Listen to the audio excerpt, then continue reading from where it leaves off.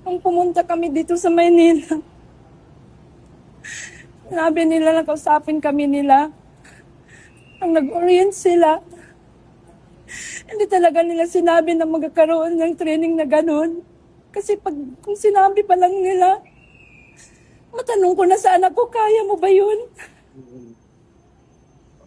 Para madesisyonan namin. Hindi ko alam. Ba't ganun ang nangyari? Ang bigla na lang nag-text yung anak ko. Sabi niya, 1 week siguro wala akong cellphone. Kasi yung may training kami dun sa Baler. Tapos sabi niya, hindi pwede daw mag-cellphone. Sabi ko, sige na, mag-amping. And then, dapat ingatan yung katawan kasi isa lang yun. Kasi akala ko training lang na nga. Hindi, military training. Ano ba yun? Tapos, yun nga.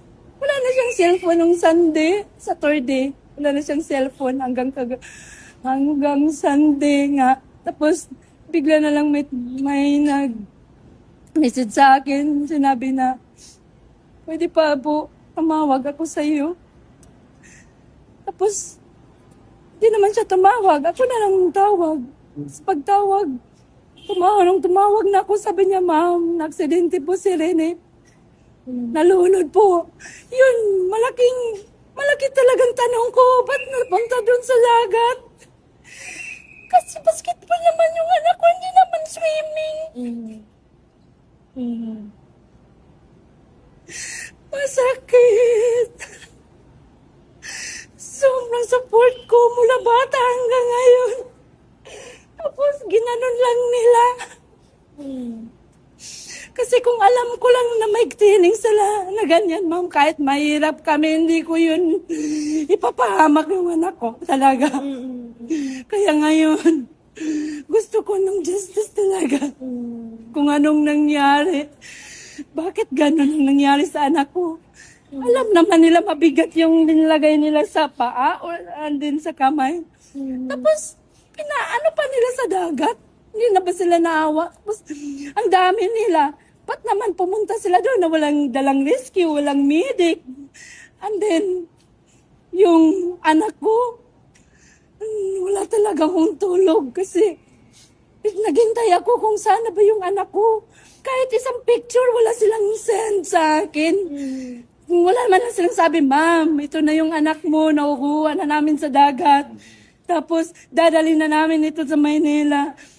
Wala talaga. Wala silang sinasabi sa akin. Kaya yung tita niya, pinapunta na ni Sir Mark Cayetano. Kagabi pa lang, doon ako nakakita ng picture ng anak ko. Tapos, dami ng mga post. Pero, hindi pa talaga ako maniwala kasi hindi ko pa nakita yung anak ko na patay na. Tapos biniyahin nila yung anak ko. Hindi man lang nila binihisan, walang damit, yung shirt basa. Tapos wala pang staff na sumasama sa yung nagsundo sa kanila na pulinarya yung official na trabahante sa pulinarya lang tinanong ng tita niya nga, sino bang kasama nyo? Siya, kami lang. Walang staff ba sa atin niyo? Wala talaga. Tapos wala silang sa akin. Yung sabi na, ma'am, ganyan talaga, ganyan. Wala. Post lang nila na ganyan na yung anak ko na wala na. Pero wala talaga sila binigay kahapon hanggang kagabi na picture na para ma-prove ko na anak ko ba talaga yun. Hanggang kanina palang umaga, nalaman ko na wala na talaga yung anak ko. Kaya iyak ako nang iyak. At nung narinig niya yung salita ko, parang umiiyak sa dami ng luha lumalabas sa mata niya. Isang saglit lang ang pangarap ng aking anak. Winasak nila.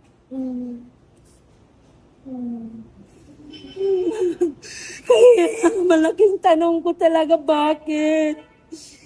Bakit ba ganyan? Ang dami nila doon, tapos walang nag-rescue? Ba't nila pinapalangoy lang? Yung anak ko na may 20 kilos yung nabigat. May nag-reach out na po sa inyo mula sa Ateneo? Wala pa po, sir. Hindi ko pa alam. Sa tingin niyo po ba may foul play po, ma'am, dito? Talaga. Kasi yung anak ko daming pasa. Ba't sana ba galing yung pasa?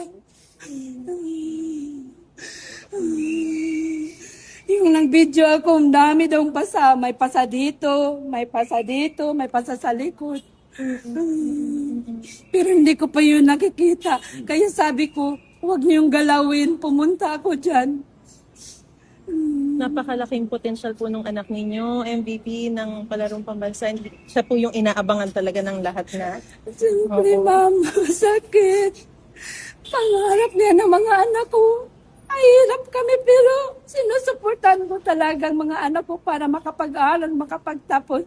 Kasi dyan namin hinuhugot sa mga nila, talent nila, yung paghihirap namin. Tapos nauwi lang sa ganun.